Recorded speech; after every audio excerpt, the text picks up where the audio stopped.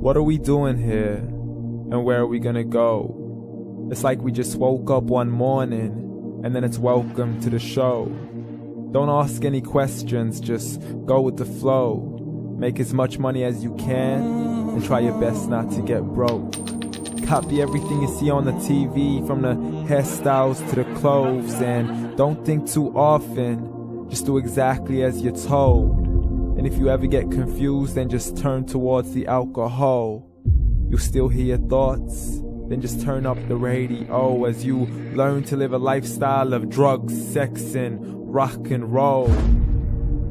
But in all honesty, I just need to know, is there more to the cycle than growing and getting old? Living and dying just to leave behind a happy home and a whole lot of property that somebody else is going to own. I just really need to know before the casket's closed, 'cause I'm not willing to gamble with my soul, nor am I ready to take any chances. These are just simple life questions and I'm just searching for some answers. Like, what are we doing here? And what is our purpose? How did we get here, and who made us so perfect? And what happens once we go, or is this world all really worth it?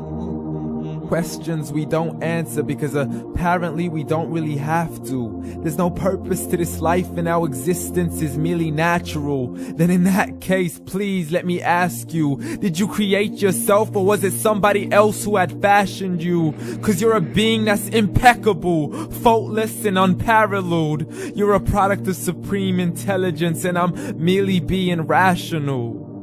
For there isn't a camera on this earth that can come close to the human eye, nor a computer that can compete alongside the human mind. And if the whole world was to come together, we wouldn't be able to create a single fly.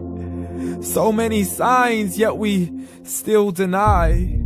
As science tries to justify that all this could come from none, when it's a simple sum. 0 plus 0 plus 0 cannot possibly ever give you 1. So from where did all this order come?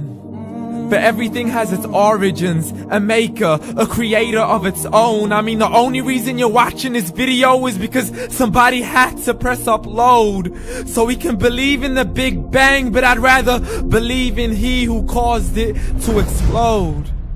Allah, the creator of everything along with every single soul. The ever-living, the master, the only one who is in control. Unlike his creation, beyond our imagination. And no, he's not a man, nor does he have any partners in association. He's on his own. And no, he did not ever leave us alone. Just like every manufacturer, he left us with an instruction manual. The Quran and Islam, and I'm sorry to jump to conclusions, but it's the only one possible. The only definition of God is the one and only supreme being. It's logical, a book with 0 contradictions, with miracles that are both scientific and historical, all revealed over 1400 years ago. Like the detailed description of the human embryo. The descriptions of the human embryo in the Quran cannot be based on scientific knowledge in the 7th century. To the mountains as pegs holding firm the earth below, and the 2 seas that don't mix in a complete separate flow. To the planets in orbit, alternating night and day as they stay in flow. The expansion of the universe and the creation of everything from H2O. To the stories of the past and the preservation of Pharaoh. To identifying the lowest point in the land where Persia defeated Rome. The gushing fluid that created man in the glands between the ribs and the backbone. And not a word has changed, it's still the same. So please explain how all this was known over 1400 years ago.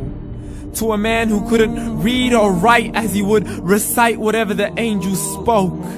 And if you still don't believe, please try to come up with something that's even close.